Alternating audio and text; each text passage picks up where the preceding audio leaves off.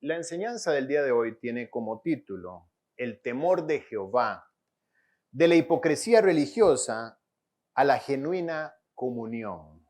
Y nuestro pasaje de estudio está en Segunda de Crónicas, capítulo 2, versículos del 3 al 5. Entonces les voy a pedir por favor que busquen en sus Biblias Segunda de Crónicas, capítulo 2, del 3 al 5. Como bien saben, estamos estudiando el libro de Primera de Reyes. Este pasaje que vamos a estudiar hoy está en Primera de Reyes, solamente que para efectos de la enseñanza escogí el pasaje paralelo de Segunda de Crónicas, puesto que elabora ciertos detalles que me parecen necesarios exponer el día de hoy. Segunda de Crónicas, capítulo 2, versículo 3 dice: Y envió a decir Salomón a Hiram, rey de Tiro: Haz conmigo como hiciste con David mi padre, enviándole cedros, para que edificara para sí casa en que morase. He aquí yo tengo que edificar casa al nombre de Jehová mi Dios, para consagrársela, para quemar incienso aromático delante de él, y para la colocación continua de los panes de la proposición, y para holocaustos a mañana y tarde, en los días de reposo, nuevas lunas y festividades de Jehová nuestro Dios, lo cual ha de ser perpetuo en Israel. Y la casa que tengo que edificar ha de ser grande, porque el Dios nuestro es grande sobre todos los dioses.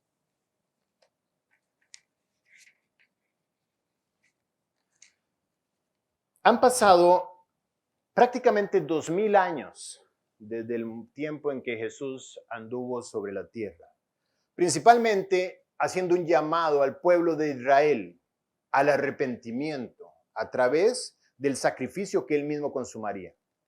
Juan, su primo, vino meses antes a anunciar el bautismo para arrepentimiento. Juan estaba invitando al pueblo entero a manifestar una actitud de espera porque pronto vendría aquel que sería el pago propiciatorio por sus pecados.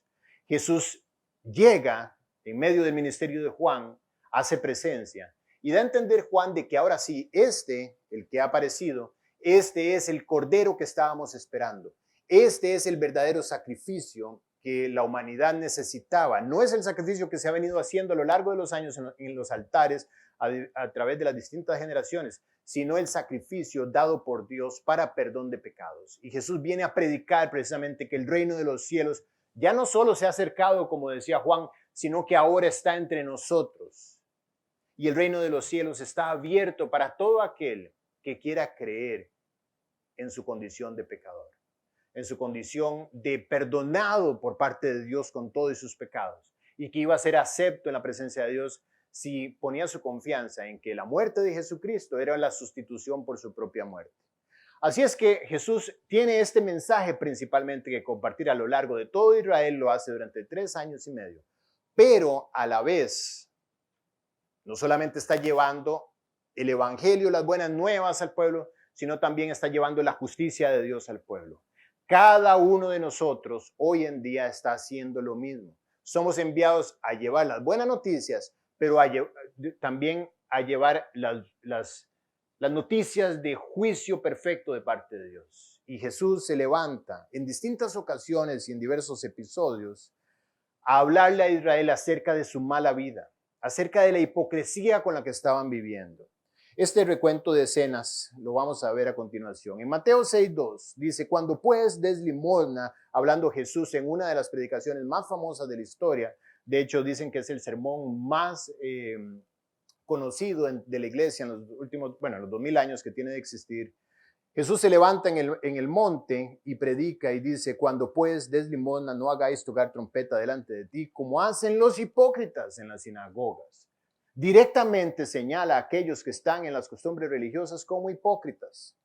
Más adelante dice: Cuando ores, no seáis como los hipócritas, porque ellos aman el orar en pie en las sinagogas y en las esquinas de las calles para ser vistos de los hombres. En el capítulo 6, versículo 16 dice: Cuando ayunéis, no seáis austeros como los hipócritas, porque ellos demudan sus rostros, etc.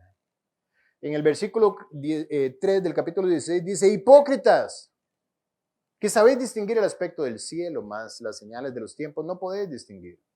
Capítulo 23 de Mateo dice, mas ay de vosotros, escribas y fariseos hipócritas, porque cerráis el reino de los cielos delante de los hombres. Más adelante dice, ay de vosotros, escribas y fariseos hipócritas, porque devoráis las casas y las viudas. Se nos hace sencillo narrar esto, pero yo quisiera que te pusieras en el contexto.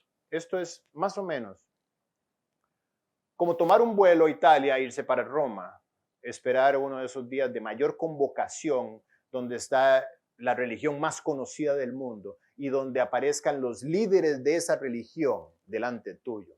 Y tú te levantes en medio de las multitudes, que todo el mundo escuche y les diga, ustedes son hipócritas. Y con ustedes también todos aquellos que siguen sus enseñanzas son hipócritas. El peso de las palabras de Jesús tenía mucho dentro del contexto. Era crítico dentro del contexto que estaba ocurriendo. De hecho, en Lucas hay un episodio donde en capítulo 12, él se levanta, dice que las multitudes se atropellaban por miles. Eran miles de personas que inclusive se atropellaban unas a otras en la congregación donde estaban de personas. Y él se levantó de decirles, guardaos de la levadura de los fariseos, que es la hipocresía. Cuando tú estás frente a las multitudes y tienes que compartir un mensaje, lo escoges bien. Tienes cuidado, como decíamos ahorita con Maricet, político de lo que vas a decir. Él no lo tuvo en ningún momento. Inmediatamente señaló la hipocresía. Ay de vosotros, escribas y fariseos hipócritas, porque cerráis el cielo. Ay de vosotros, escribas y fariseos hipócritas, porque devoráis las casas de las viudas. Ay de vosotros, escribas y fariseos hipócritas, porque recorréis mar y tierra para hacer un prosélito. Más adelante en el 23 dice, ay de vosotros, escribas y fariseos hipócritas, porque diezmáis la menta y el eneldo. Más adelante dice, ay de vosotros, escribas y fariseos hipócritas, porque limpiáis lo de fuera del vaso y del plato, pero por dentro estáis llenos de robo y de injusticia. Más adelante, ay de vosotros, escribas y fariseos hipócritas, porque sois semejantes a sepulcros blanqueados, que por fuera, a la verdad, se muestran hermosos, mas por dentro están llenos de huesos de muertos y de toda inmundicia. En el 23-29 dice, ay de vosotros, escribas y fariseos hipócritas, porque edificáis los sepulcros de los profetas. En el 24-48 dice, esto lo vamos a ver a continuación. El punto es que el reclamo que Jesús les hacía tenía que ver con una única raíz. Había una raíz de fondo en todo esto. Y es que ellos hablaban de Dios estando vacíos de Dios. Eso es lo que Dios señala como hipocresía. Una vida que no tiene a Dios adentro y que por fuera está mostrando a Dios. De hecho, en Mateo 7, Jesús se levanta y trae una cita de Isaías y dice, hipócritas, bien profetizó de vosotros Isaías como está escrito. Y aquí cita Isaías y dice, porque este pueblo se acerca a mí con su boca y con sus labios me honra, pero su corazón está lejos de mí y su temor de mí no es más que un mandamiento de hombres que le ha sido enseñado. No hay temor de Dios dentro de ellos. Y todo lo que hacen tiene que ver con enseñanza de la boca para afuera. Y eso es hipocresía. Algunos se burlaban de él, y este era el pasaje que iba a leer hace un ratito. Algunos se burlaban de él. Y Jesús les contó una parábola. Y les dice, un día regresará el Señor que envió a todos a compartir estas enseñanzas. Pero algunos dirán, el Señor tarda en venir y comenzaré a golpear a mis siervos y a comer y a beber con los borrachos. Pues vendrá el Señor de aquel siervo en día que éste no espera y a la hora que éste no sabe, y lo castigará duramente y pondrá su parte con los hipócritas. Allí será el llanto y el crujir de dientes. Es decir, Dios tiene preparado un lugar para los hipócritas. Está determinado un sitio donde los hipócritas van a ir.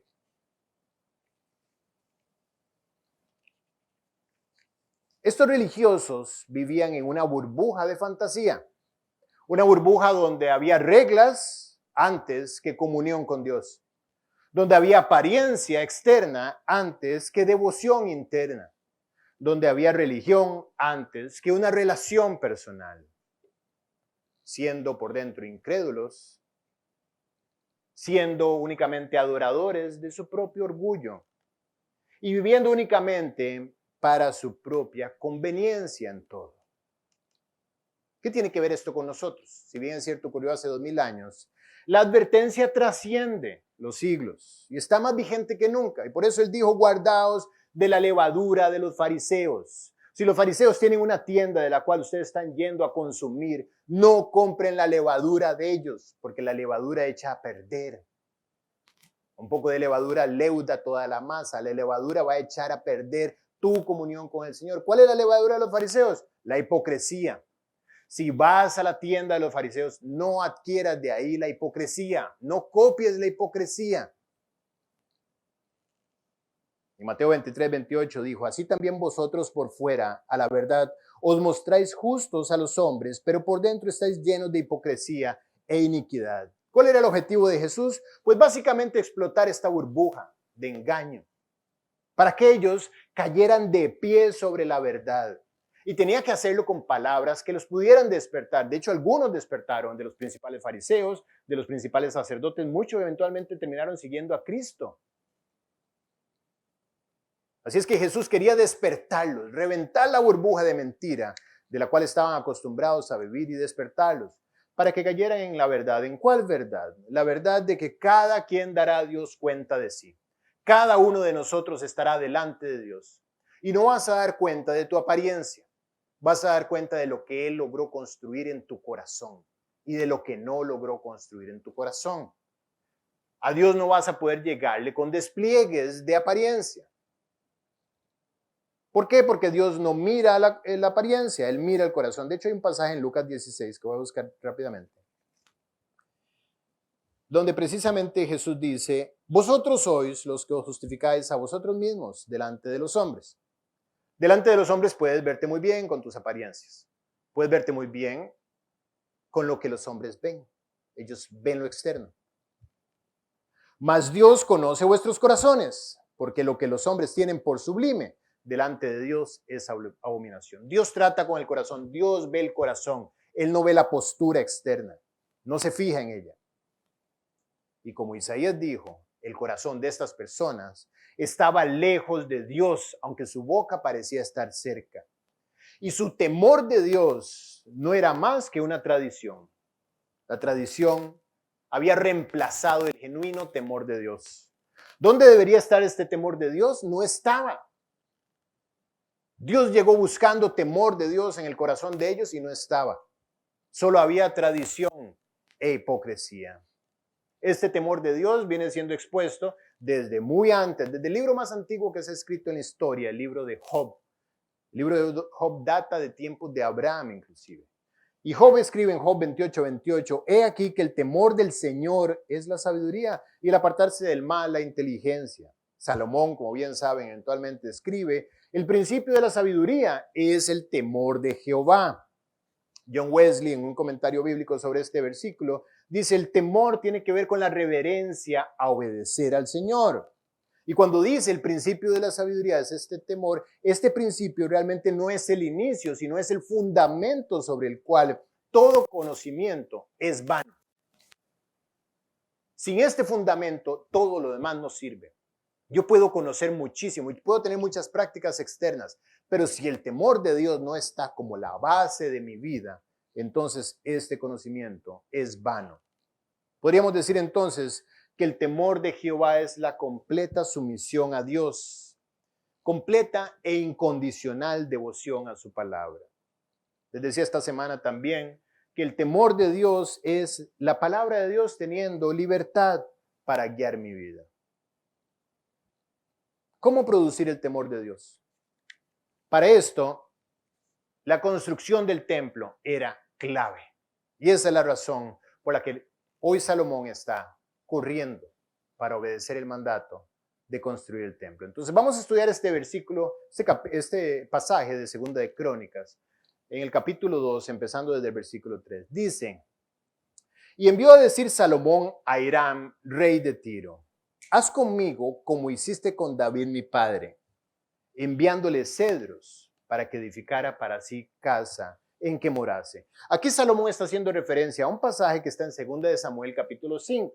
No lo vamos a ver, pero si lo recuerdan, cuando David va a construir su propia casa, él recibe del rey de Tiro, el rey Hiram, recibe maderas y todo tipo de colaboración para construir. Y con esto dice la Biblia que él confirma que Dios había establecido su reino. Hoy vemos al hijo de David buscar al mismo hombre, a Hiram, rey de Tiro, dando a entender que requería del mismo material que su padre requirió en el pasado. Algo que me llama muchísimo la atención es ver cómo este muchacho, estamos hablando de un hombre entre 23 y 24 años, hace búsqueda de los caminos que su papá David recorrió. Busca a los amigos de su papá. Acude a donde su papá acudió.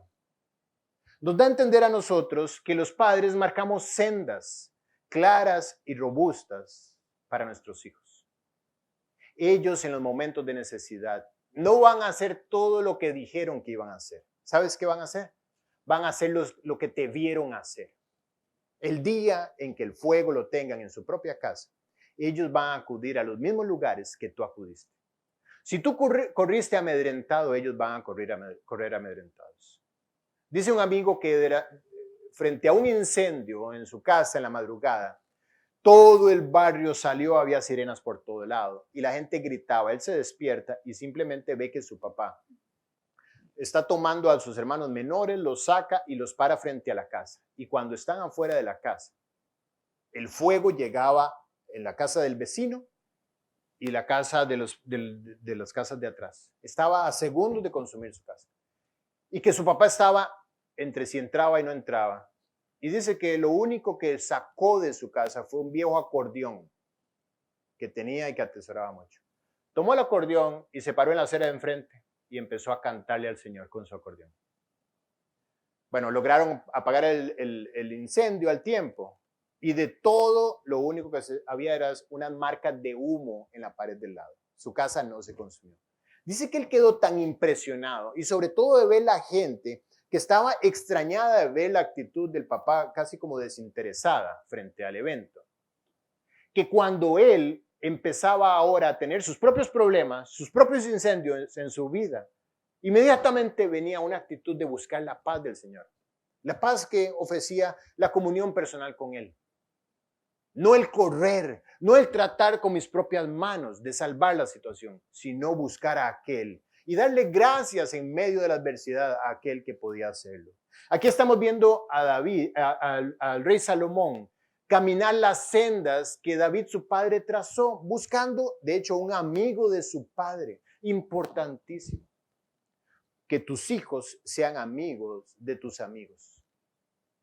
Tus hijos encontrarán en tus amigos verdaderos amigos. Cuando tus hijos buscan a tus amigos, ellos están en buenas manos, porque se supone que tú sabes escoger tus amigos.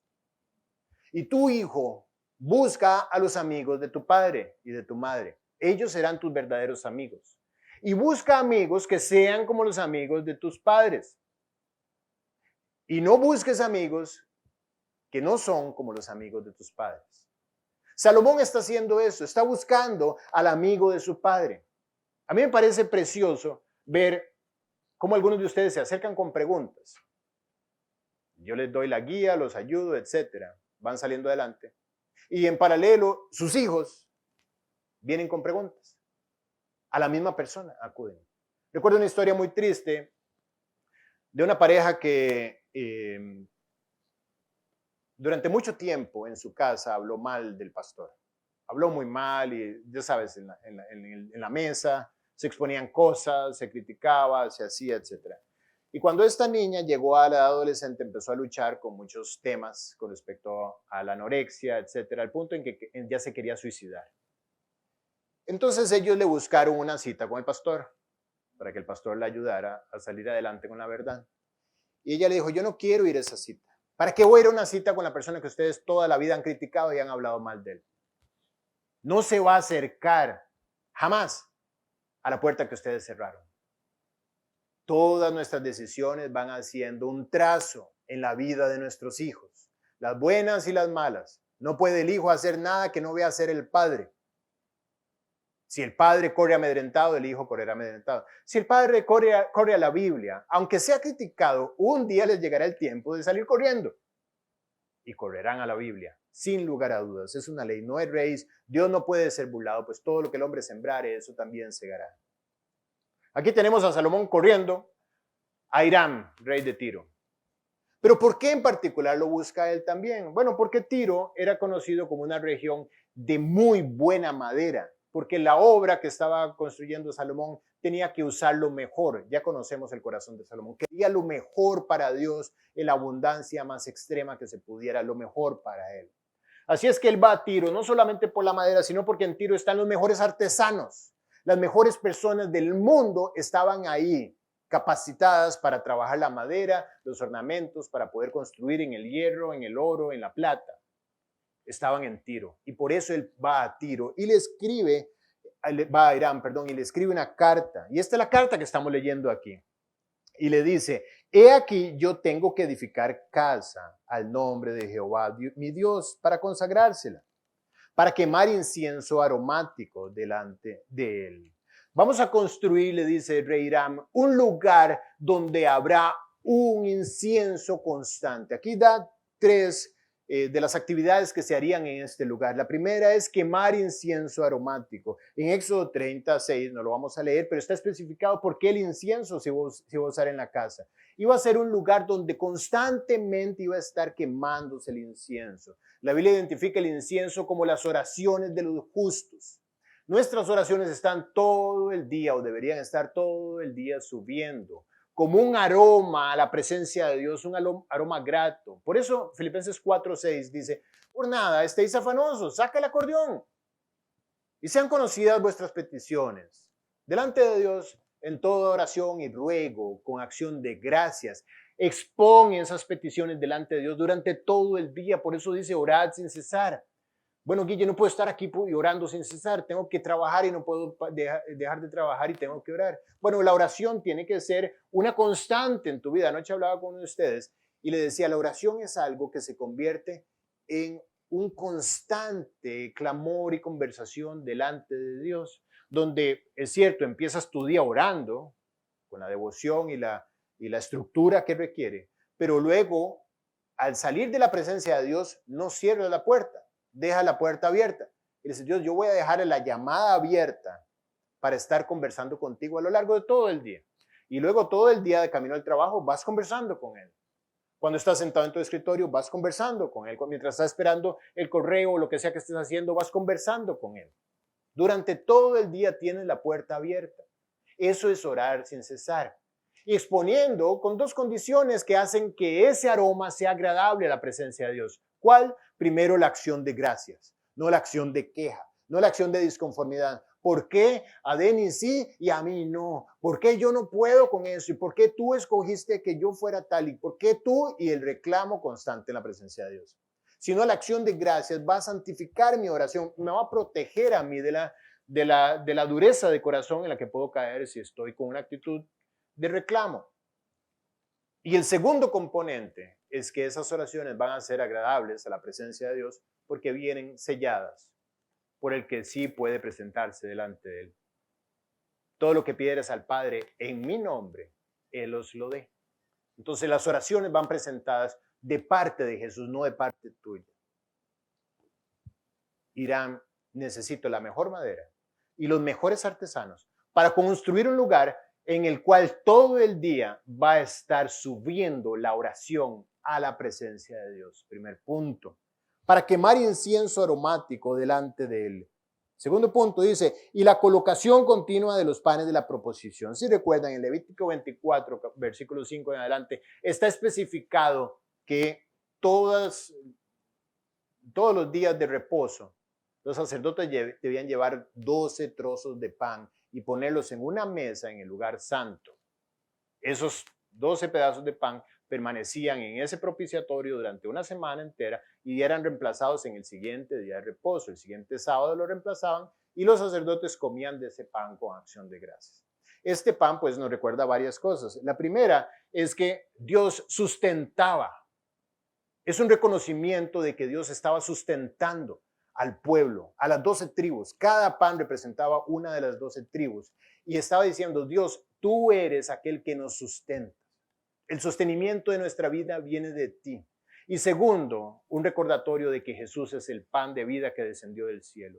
Mi sustento está en Jesucristo. Entonces, Irán, necesito madera y necesito los mejores artesanos porque voy a construir un lugar donde todo el día va a estar subiendo la oración y voy a estar recordando además que Jesús es la fuente de mi sustento, que Él es el alimento de mi alma, que su palabra es la que sostiene mi vida. Eso es el templo que voy a construir, señor Irán. Y tercero le dice para holocaustos a mañana y a tarde, en los días de reposo, nuevas lunas y festividades de Jehová nuestro Dios, lo cual ha de ser perpetuo en Israel. Es decir, para sacrificar. En ese lugar que vamos a construir va a haber un altar, donde constantemente en la mañana y en la tarde van a haber presentación de sacrificios, de holocaustos de animales. Y también en los días de fiesta, de entender los días de reposo, de entender los días de nueva luna, que es una de las 7 fiestas judías, y además mete todo dentro de una categoría diciendo las festividades de Jehová nuestro Dios, dando a entender las 7 fiestas judías. Es decir, aquí nosotros vamos a estar constantemente recordando que tú eres el único digno del sacrificio. Tú eres el único digno de nuestra adoración. El sacrificio pues recordaba el pacto de Dios con Israel. Además recordaba la expiación por los pecados. Era un lugar donde constantemente el pueblo iba a estar llegando a presentar el sacrificio sustitutorio. El sacrificio que diría nosotros estamos esperando que un día venga el sustituto por nuestros pecados. Era crítico ese lugar. Un lugar donde ellos mantenían la constante expresión de arrepentimiento que los llevaba a ser justos. Hoy en día nosotros no necesitamos de eso, porque recordamos la cruz donde fue el sacrificio último. Recordamos la cruz. Ellos no recordaban la cruz, ellos ponían sus ojos en ese ritual para que un día vendría la cruz y ellos podían poner ahora sí la esperanza en aquel que muriera en la cruz. Así es que este altar de sacrificio sería importantísimo para recordar la expiación, además para la adoración, como dije anteriormente, y para expresar la gratitud. Entonces, señor Irán, necesitamos un lugar. Necesitamos construir un lugar. Y tú tienes la mejor madera del mundo, tienes los mejores artesanos del mundo, eres amigo de papá, tú has visto mi vida, envíame lo que necesito. Necesito todo esto para construir. Para que el pueblo encuentre un lugar donde la oración suba a la presencia de Dios. Para que estemos recordando constantemente que Él es fiel y que nos sostiene. Y además, para que tengamos esperanza en el sacrificio que Él operó por nosotros. Lo necesitamos construir. Y la casa que tengo que edificar, Irán, ha de ser grande, porque el Dios nuestro es grande sobre todos los dioses. Esta casa no será un edificio cualquiera. Esta casa dará a conocer a todos los pueblos del planeta y naciones que Dios es grande con Israel. Será una especie de insignia y de sello para que todas las naciones confirmen que tú estás con nosotros.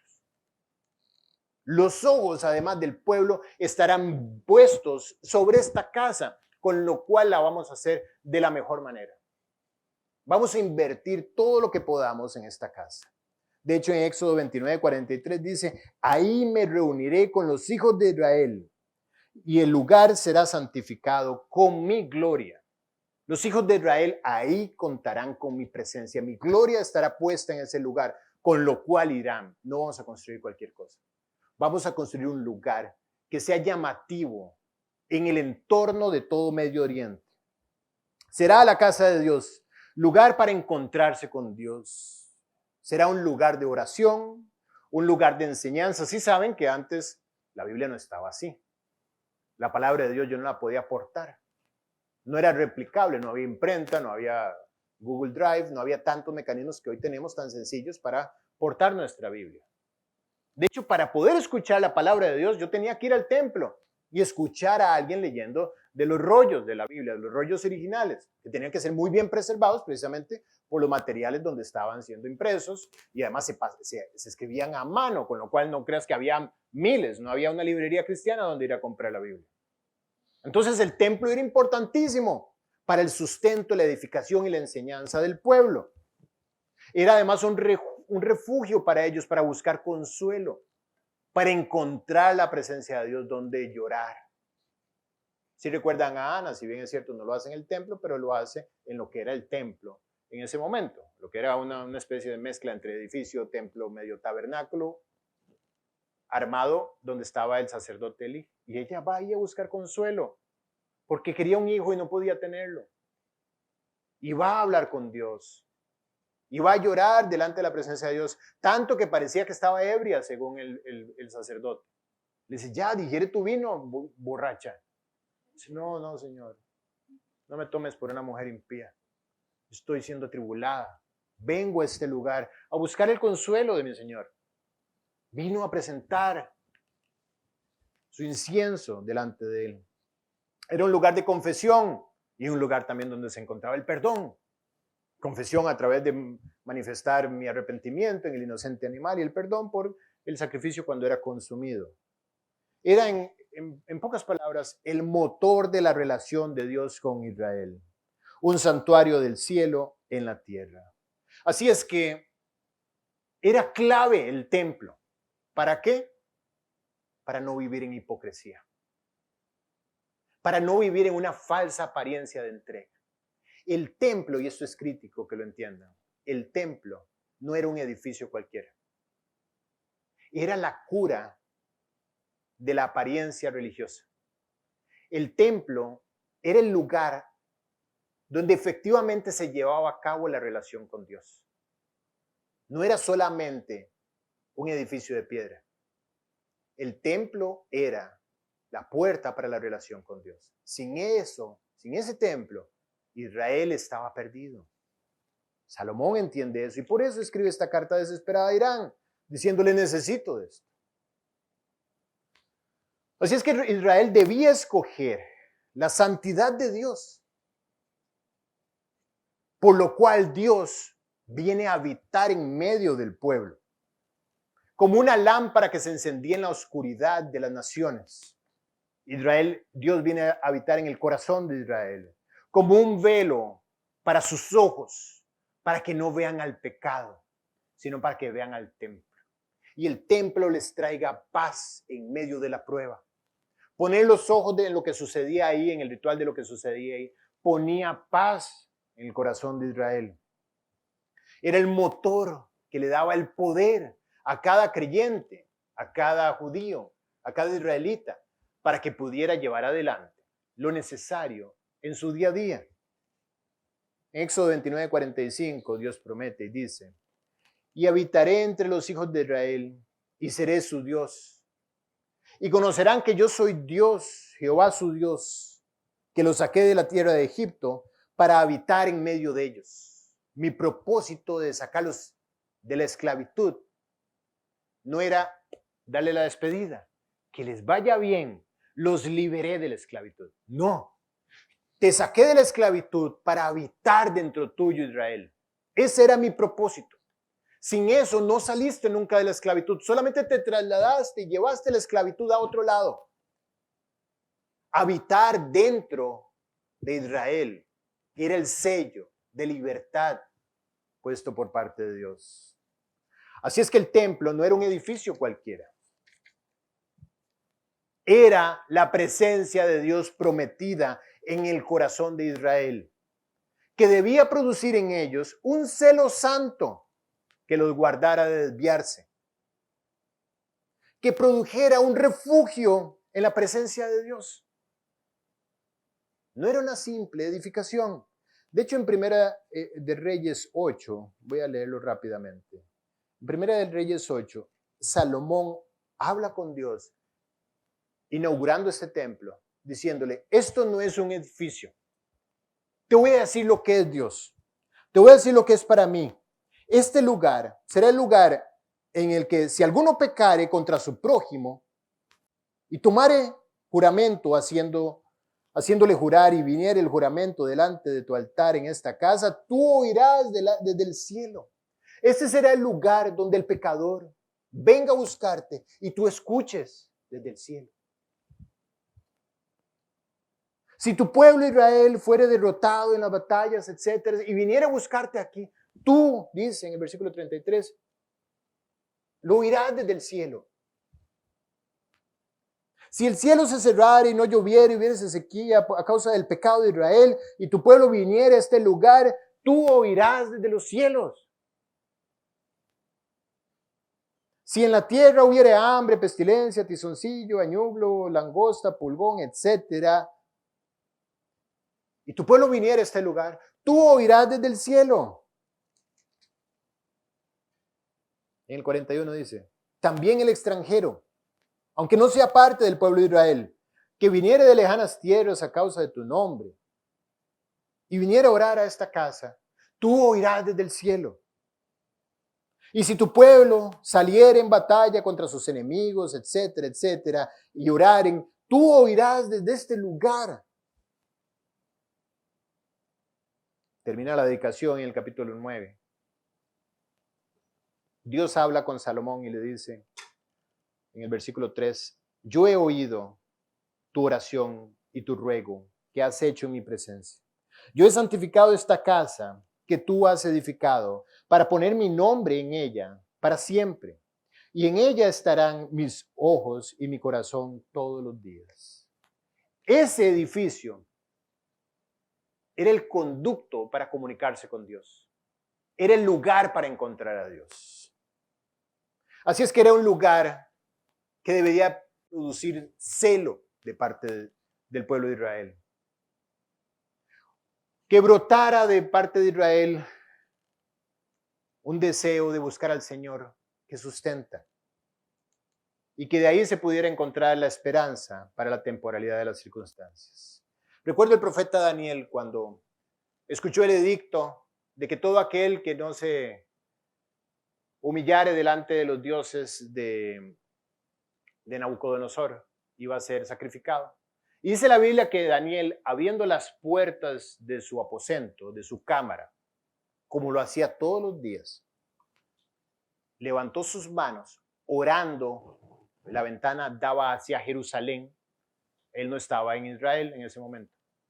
Él estaba en Babilonia, pero de su casa, las ventanas de su casa daban hacia Jerusalén. Y 3 veces al día levantaba las manos orando hacia Jerusalén, hacia el lugar donde estaba el templo. El templo era la presencia de Dios prometida, que produciría temor de Jehová en el pueblo.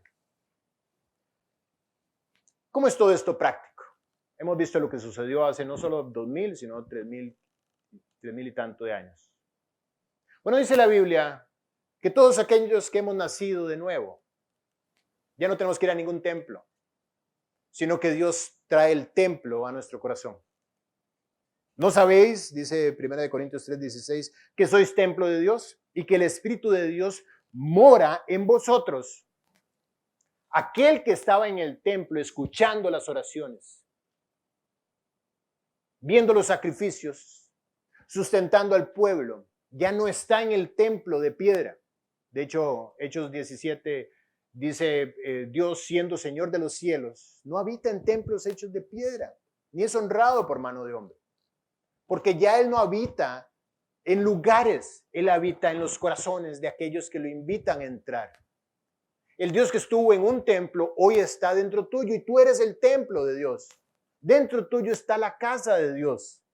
O ignoráis, dice 1 Corintios 6:19, que vuestro cuerpo es templo del Espíritu Santo, el cual está en vosotros, el cual tenéis de Dios. En tu corazón está Dios.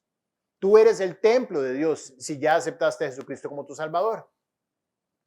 Si ya lo invitaste a entrar en tu corazón, Él está ahí. Así es que el templo de Dios es tu corazón. El templo de Dios de tu corazón es el lugar donde tú te volteas y ofreces constantemente sacrificio. Es el lugar donde miras para no pecar. En el Salmo 27, versículo 4 dice, una cosa he demandado a Jehová y esta buscaré, Que esté yo en la casa de Jehová todos los días de mi vida. ¿Cómo puedo estar yo en la casa de Jehová todos los días de mi vida? Buscando ese templo dentro de mi corazón. Yendo ahí para ser refugiado. Yendo ahí para encender incienso. Yendo ahí para presentar los panes de la proposición, para recordar que Él es mi sustento. Yendo ahí para presentar mi sacrificio y recordar y poner los ojos en que la justicia y la perfección no proviene de mí, sino del Señor que murió por mí. Esa era la plegaria del rey David cuando escribió el Salmo 27. Lo único que puedo pedirle a Dios es que esté yo todos los días inmerso en ese lugar. Que no salga de ahí.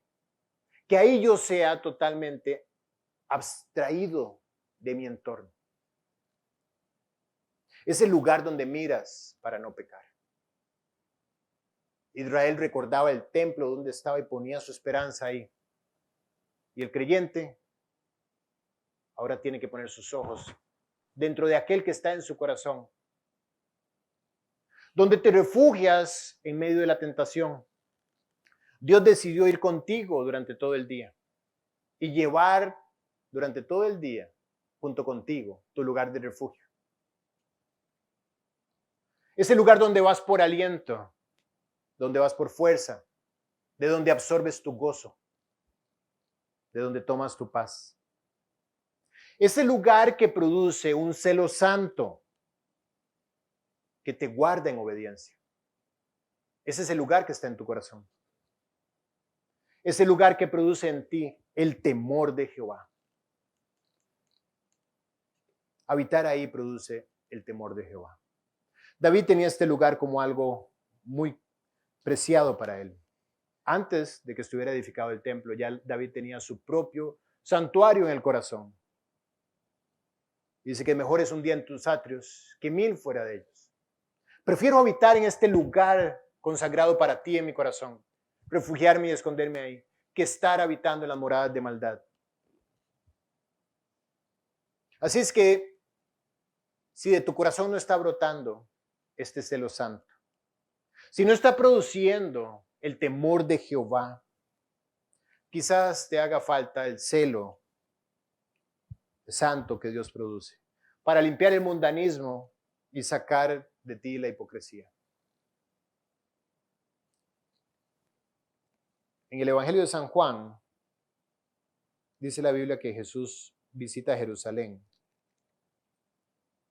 En la fiesta de Pascua, dice, estaba en Juan 2:13, estaba cerca la Pascua de los judíos y subió Jesús a Jerusalén y halló en el templo a los que vendían bueyes, ovejas y palomas y a los cambistas allí sentados. Y haciendo un azote de cuerdas echó fuera del templo a todos y las ovejas y a los bueyes. Y esparció las monedas de los cambistas y volcó las mesas, Y dijo a los que vendían palomas, quitad de aquí esto, y no hagáis de la casa de mi padre casa de mercado. El templo de Dios, 2000 años atrás, se había convertido en un lugar de rituales. Se había convertido en una mera apariencia. De hecho, había quienes estaban haciendo negocio, porque estaban vendiendo palomas, bueyes y ovejas, porque aquellos que venían a sacrificar probablemente venían desde lejos y no tenían cómo trasladar los animales, entonces había personas vendiendo animales a un alto sobreprecio, por eso Dios los llama como ladrones. Y había cambistas. ¿Por qué? Porque si yo venía desde el lugar muy lejano, tenía que cambiar la moneda, como cuando uno llega hoy a un aeropuerto. Es decir, se había convertido en un comercio de apariencia, para satisfacer el orgullo, para buscar el propio propósito de cada uno. Dios se había convertido en un título que la gente usaba en su boca y no en una fuente de relación y de paz. Ese era el Dios de Israel con el que Jesús se encuentra. Y Jesús echa a todos afuera haciendo un azote de cuerdas con gran violencia. Y sus discípulos dice que esa escena los hizo recordar un pasaje que está en Salmos, que dice que ellos se acordaron, sus discípulos, lo que está escrito, dice, el celo de tu casa me consume. Eso es lo que produce el templo de Dios en tu corazón. Un celo santo para guardarte del pecado, para que tus ojos estén separados para Dios, para que tus pensamientos sean de Él. Cada vez que tú visitas las moradas de maldad, es porque saliste de la morada santa del Señor. Cuando las visitas con tus pensamientos, sin lugar a dudas, es porque abandonaste la casa de comunión que hay en el corazón. Decidiste salir de ahí, cerrar la puerta e ir a una de las moradas de maldad, acercarte al pecado. Así es que la falta de este celo va a producir en ti un peligro. Así es que el templo del corazón es la clave para no vivir en la hipocresía de la superficialidad. Si el temor de Jehová no gobierna tu vida, entonces caminarás en hipocresía religiosa, aparentando algo que no tienes, expuesto a la tentación, completamente frágil delante de ella. ¿Por qué? Porque no tienes lugar de refugio. Solamente es algo que de la boca estás diciendo, pero que no te estás refugiando dentro de tu corazón. Comerás del mal fruto, dice la Biblia, de tu camino. En Proverbios 1 dice, por cuanto aborrecieron la sabiduría y no escogieron el temor de Jehová, ni quisieron mi consejo y menospreciaron toda reprensión mía, comerán del fruto de sus caminos y serán hastiados de sus propios consejos. Si caminas en el temor de Jehová, tu santidad será perfeccionada. 2 Corintios 7:1 dice, así que, amados, puesto que tenemos tales promesas, limpiémonos de toda contaminación de carne y de espíritu, perfeccionando la santidad en el temor de Dios. Si caminas en el temor de Jehová, la sabiduría será tuya, dice Proverbios 15:33. El temor de Jehová es enseñanza de sabiduría, y a la honra precede la humildad. También disfrutarás de tu vida. Proverbios 15:16 dice, mejor es lo poco con el temor de Jehová que el gran gozo, que el gran tesoro donde hay turbación. En el 14:27 dice, el temor de Jehová aumentará los días, a los años de los impíos serán acortados. En el 22:4 dice, el temor de Jehová es manantial de vida para apartarse de los lazos de la muerte.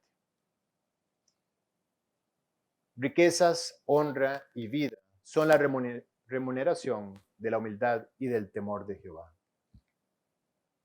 Si caminas en el temor de Jehová, estarás a salvo del mal. Dice, con misericordia y verdad se corrige el pecado, y con el temor de Jehová los hombres se apartan del mal.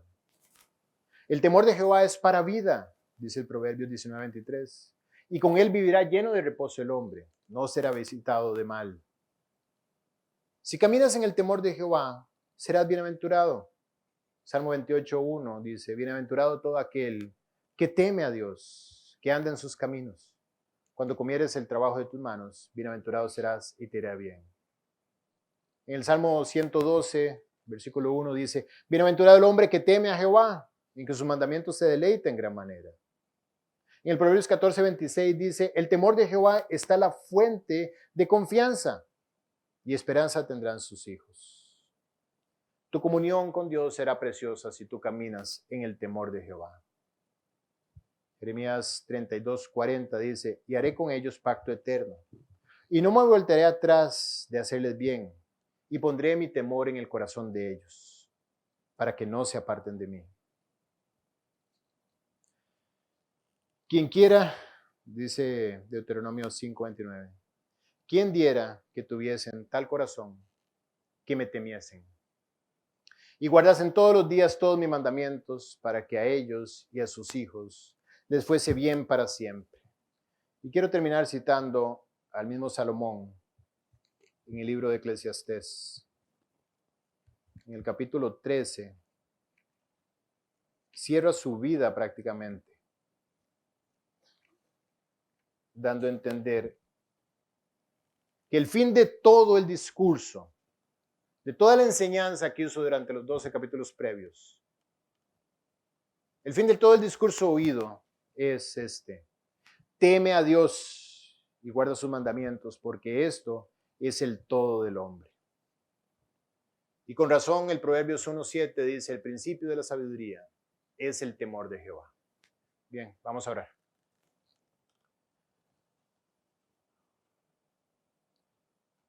Padre, muchísimas gracias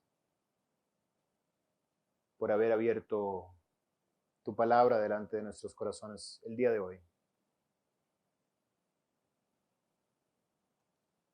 Ha sido verdaderamente